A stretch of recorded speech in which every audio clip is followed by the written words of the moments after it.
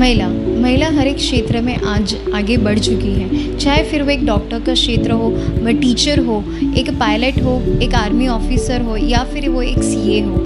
आज हमारे साथ मौजूद है मिसेस पूजा मुरारका, जो एक वाइस चेयरपर्सन है institute of chartered accountant of India की। जी, welcome to AB news channel. आपके अकॉर्डिंग, आपके अनुसार एक महिला का अर्थ क्या है और आज की जनरेशन में एक महिला क्या स्थान करती है?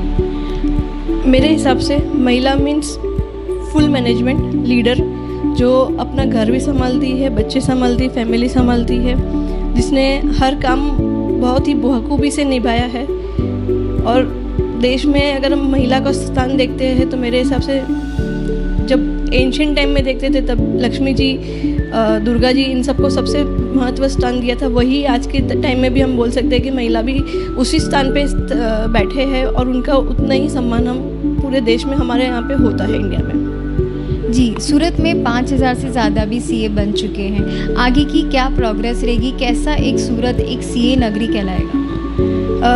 स्टार्टिंग में सूरत में बहुत कम सीए थे, पर अब हम सूरत को एक सीए फैक्ट्री बोलते हैं, जहाँ पे हमारे यहाँ पे 200-300 हर साल सीए बनते हैं। और इतने सारे सीए, 5000 सीए सूरत सिटी में कोई छोटी चीज़ नहीं है, जो हमारे यहाँ के सूरत की डेवलपमेंट में बहुत काम आएंगे। थोड़े टाइम पहले हमारे सीआर पाटिल साहब से भी इंटरेक्शन हुआ था, तो उन्होंने हम सीए से बोला था कि आप हमें सूरत के बजट के लिए कुछ रिकमेंडेशंस दीजिए, सजेशंस दीजिए। गुजरात का बजट आ रहा है, उस पर हमें सजेशन दीजिए।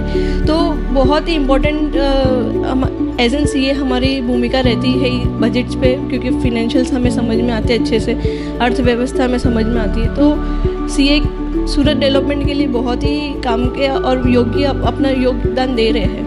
तो मेरे हिसाब से सूरत में इतने सारे सीए हैं, तो और भी अगर आएंगे तो ये भी हमारे सूरत में कम ही पड़ने वाला है, क्योंकि सूरत जैसी सिटी जो ग्रोइंग सिटी है, कैपिटल जिसको जो बन रही है, वो इतने सारे सीए को अकोमोडेट कर सकती है। और सारे सीए बहुत ही अच्छे से अपनी जिम्मेदारियाँ निभा रहे हैं सूरत में।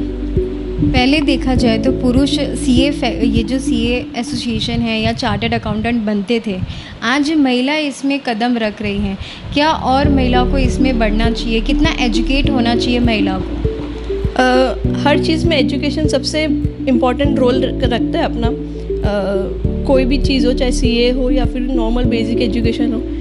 पहले ब्रांच पे हम जब देखते थे तो हार्डली कोई फीमेल मेंबर्स आते थे, हार्डली, मतलब 100-200 मेंबर्स के अंदर इसमें 3-4 फीमेल्स हमें दिखने मिलती थी। आज हम देखते हैं तो 30-40% सीए फीमेल मेंबर्स वहाँ पे ज्वाइन करती हैं हमारे कोई भी कॉन्फ्रेंसेस में, कोई भी फंक्शंस में।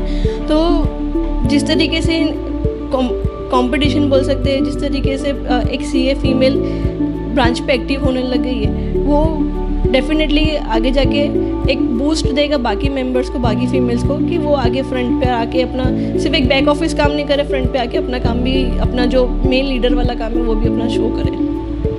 जी, एक फ़ीमेल जब शादी करती है या फिर अपना घर बसाती है तो फिर वो एक कुछ ही 4 दीवारियों में ही रह जाती है। एक फ़ीमेल के लिए अपनी ही चाइल्ड को एजुकेट करना, लिटरेट करना कितना इम्पॉर्टेंट है और क्या होना चाहिए? सोसाइटी को ये चीज़ सोच बदलनी चाहिए। डेफिनेटली जिस तरीके से आज का टाइम है, एजुकेशन ऑलवेज कम्स फर्स्ट। और एक एजुकेटेड महिला जब अपनी फैमिली को संभालती, नॉर्मली भी एक फीमेल अपनी फैमिली को संभालती, बच्चे को संभालती है, खुद पढ़ी भी नहीं होती लेकिन फिर भी मैनेज करके अपने बच्चे को पढ़ाती है, अच्छा एजुकेशन देती, संस्कार देती है। तो जब वही सेम काम अगर एक एजुकेटेड फीमेल कर रही होगी तो उसमें एड ऑन ही है और भी बहुत बखूबी से वो निभाती है। और वो एजुकेशन हर चीज़ का मेन नींव जो बोलते हैं, पाया है एजुकेशन, वो अगर फीमेल के पास में है तो वो डेफिनेटली अपने फैमिली वालों को, अपने बच्चों को, सबको वो अच्छी तरीके से एजुकेट कर सकती है, अच्छी चीज़ें समझा सकती है जो देश के लिए और सब चीज़ के लिए इम्पोर्टेंट है। जी, आप एक इंस्टीट्यूट की पहली वाइस चेयरपर्सन हैं। कैसा फील होता है जब आपको ये क्राउन दिया गया था तब? मेरा मोटिव ये था कि मैं जब भी ब्रांच पे जाऊँ तो मैं ब्रांच को समय दूँ। मेरे 3-6 साल पहले भी प्लानिंग था ब्रांच पे जाने का, बट तब मेरे पास में ऑफिस का वर्कलोड था, मैं अकेले हैंडल करती थी ऑफिस। तो तब मैंने सोचा था कि नहीं, अभी रुकते हैं, थोड़ा टाइम देते हैं, नहीं तो दोनों चीज़ मैनेज नहीं कर पाएंगे। जिस दिन ब्रांच पे जाना है उस दिन फुल टाइम देना है, और वही डेडिकेशन से मैंने ब्रांच ज्वाइन किया था। और आज उस डेडिकेशन, उस काम को देखते हुए मुझे ये क्राउन मिला है, तो डेफिनेटली मुझे बहुत प्राउड फील होता है कि मुझे ये क्राउन मिला है। और मैं इसी के साथ में बाकी फीमेल्स को भी ये मैसेज देना चाहूँगी कि आप भी आइए, फ्रंट पे आइए, ब्रांच पे एक्टिविटीज़ पे पार्टिसिपेट करिए, ब्रांच पे एक्टिव रहिए। ये आपके लिए एक प्लेटफॉर्म है अपने आप को ग्रूम करने के लिए। हमने सोसाइटी से कुछ लिया है तो ये हमारी जिम्मेदारी है सोसाइटी को कुछ देने की, और वही हेतु से मैंने ब्रांच ज्वाइन किया था। आप अपनी पर्सनल लाइफ और प्रोफेशनल लाइफ कैसे मैनेज करती हैं? इतनी बिजी जो स्केड्यूल है आपका, तो उसमें आप कैसे मैनेज करते हैं? जब कोई चीज़ आपकी पैशन की होगी तो आपको मैनेज ही नहीं करना पड़ेगा, ऑटोमेटिक सब चीज़ें मैनेज हो जाती है। फैमिली है, ऑफिस है, ब्रांच एक्टिविटीज़ है, ये सब चीज़ें मेरी मतलब ऑफिस मुझे करना था वो मेरा पैशन था, ब्रांच मुझे करना था वो मेरा पैशन था। और जब कोई चीज़ आपकी पैशन है तो आपको मैनेज नहीं करना पड़ता, ऑटोमेटिकली चीज़ें आप उसमें घुल मिल जाते हो, आपको पता ही नहीं चलता कि आपने कुछ चीज़ें छोड़ दी या कुछ चीज़ें आपकी रह गई। ऑटोमेटिक लाइन बाय लाइन चीज़ें आप मैनेज कर पाते हो इजीली। जी, इस वुमेंस डे पे आप क्या मैसेज और एक एडवाइस देना चाहेंगी दूसरी जो महिला हैं उनके लिए? मेरा एडवाइस में अगर मैं बोलूँ तो मैं शायद बहुत छोटी हूँ इस एडवाइस देने के लिए। स्टिल मैं एक ही बात बोलूँगी कि आप जो काम करते हो उसमें आपका पैशन रखो, आपका डेडिकेशन दो, ऑटोमेटिकली आपका वो काम उभर कर आएगा। जो भी आप काम कर रहे हो, चाहे आप सीए हो, आप डॉक्टर हो, लॉयर हो, या फिर घर पर ही हो, बट जो भी आप काम कर रहे हो उसमें आपका डेडिकेशन होना बहुत ज़रूरी है, आपका पैशन होना बहुत ज़रूरी है। तो वो चीज़ आपको ऑटोमेटिक लोगों को अप्रिशिएट लगेगी, लोगों से सराहेंगे। और सजेशन ये है, जो